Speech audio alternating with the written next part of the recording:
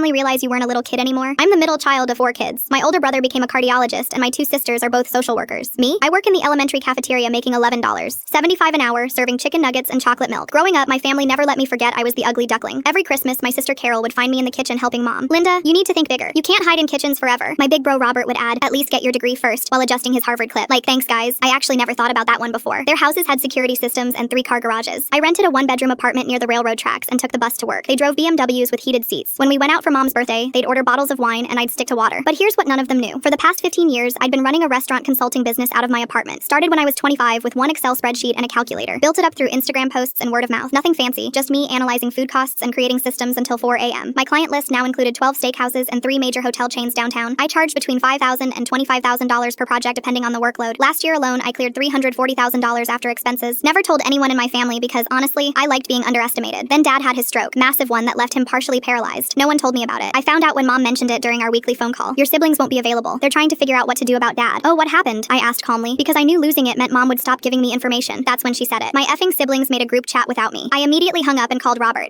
Hey, maybe this was an accident, but why wasn't I included in the discussion about Dad? He sighed like he was explaining something to a child. Linda, we need to be realistic here. Good facilities cost $8,000 a month. If you can get someone to cover your little hairnet job, maybe you can visit once a month. I told him I'd take care of Dad myself. He actually snorted. Ha ha ha ha, I know you're not talking about moving him into that shoebox you live in. Linda, Dad needs round-the-clock medical care. This isn't like scooping mashed potatoes onto plastic trays. Carol jumped on the call. Robert's right. We're talking about adult decisions here, not something you can handle on a cafeteria worker's salary. Proper care. As if I'd just prop Dad up with some tater tots and call it a day. That weekend I did something that would make them regret their words forever. I drove around looking at houses for sale, found a perfect ranch style with wide hallways and a ground floor master bedroom, just the way Dad likes it. Put in a cash offer $20,000 over asking. While my siblings argued about who would cover Medicare, I hired contractors to install grab bars and a roll-in shower. Interviewed home health agencies until I found the perfect team. All while my siblings sent each other links to depressing nursing homes an hour away from everyone. Moved Dad in 3 weeks after his discharge. Didn't tell anyone, just showed up at the hospital with the medical transport I'd arranged. Robert was there arguing with the social worker about temporary placement. It's handled, I said, signing the discharge papers. Dad's coming home with me. Carol laughed that sharp, bitter laugh she'd perfected in childhood. Linda, stop. This is embarrassing. You can barely afford your own life. My younger brother James finally spoke up. Let her try and fail. She'll come begging for help in a week when reality hits. 6 months passed. I took care of Dad while running my business. He'd sit at my kitchen table watching me organizing files, telling stories about his army days. My siblings barely visited. Carol said she was too busy. Robert said he didn't want to get stuck in traffic. James just stopped responding to texts. They kept their group chat going though. Mom would mention their ongoing debates about long-term care facilities, like they were waiting for me to fail. But then something beautiful happened. It came in the form of something big, thick, and black. Carol's preppy little husband saw my name on the speaker board at a restaurant industry conference. In bold black lettering it read, Linda Mitchell, turning failed restaurants into million-dollar success stories. He took a photo and sent it to the family group chat with 3 question marks. I just laughed and switched my phone off. But when I woke up, I noticed my phone had been bombarded with dozens of texts and missed calls. The first voicemail was angry, the second was threatening. By the 10th, they were practically begging to talk about this rationally. Full story on channel, link below.